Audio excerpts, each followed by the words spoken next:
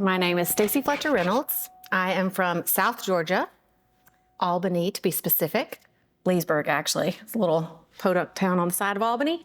I got my education at Valdosta State University in Valdosta, Georgia, a BFA in painting and drawing with an emphasis in painting and drawing and photography.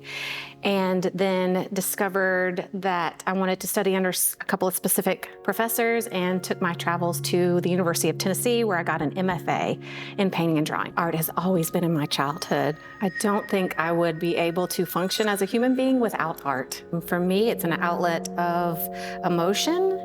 As a cathartic painter, this is my means of getting everything out. So if it's a conflict with an individual, if it's a love affair with a certain paint medium, if it's the ideas of process, all of that is embedded into the surfaces of my work. I have this need, this want to educate and give others the experience that I have, maybe to find a joy or an outlet, a means of a voice, a different way to approach a concept or a critical thought process. So I think being an instructor is just icing on the cake to be able to give that information and that education to other people.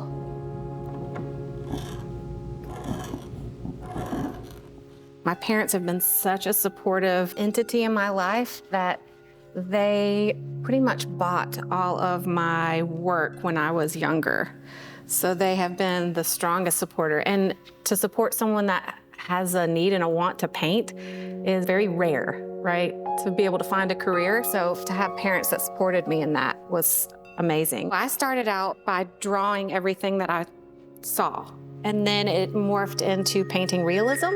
And then going off to get a BFA at Valdosta, my work was slowly starting to turn into an emotional concept. And I had a very amazing instructor at Valdosta State, and his name is Harry Alley. He's in Mexico now, but he's an amazing supporter. I liked the drip. I liked the process.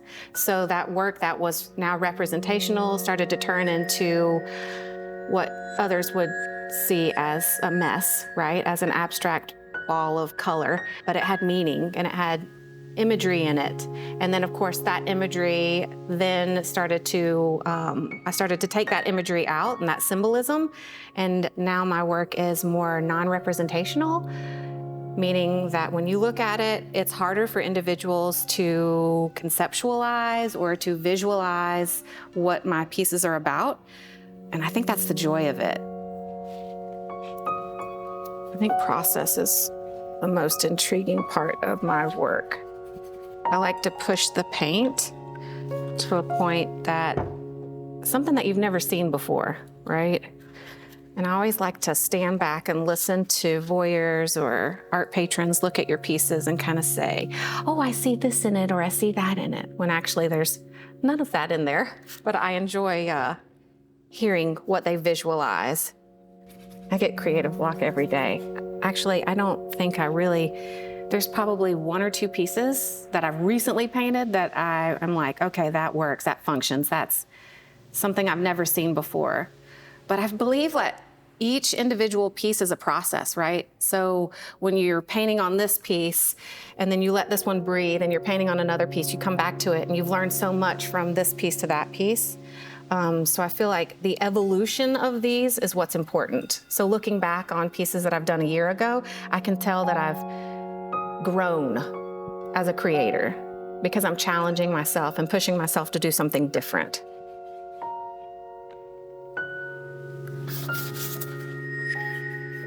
So yeah, I feel like today this is a bad painting. Maybe tomorrow it would look a little better.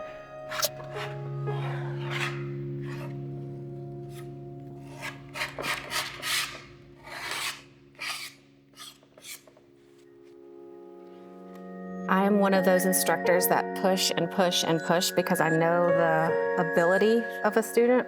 They might not see that until after they leave my classroom.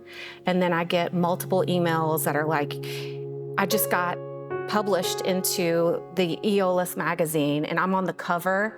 You're an amazing instructor and thank you so much for making me do that. So I feel like with anyone, you know, you've got an individual that you're pushing to make themselves successful, and they don't really see it until after the fact. When you get those satisfying emails or texts or communication through your social media where they're doing great things and they contribute part of that to your instruction is what is the most rewarding.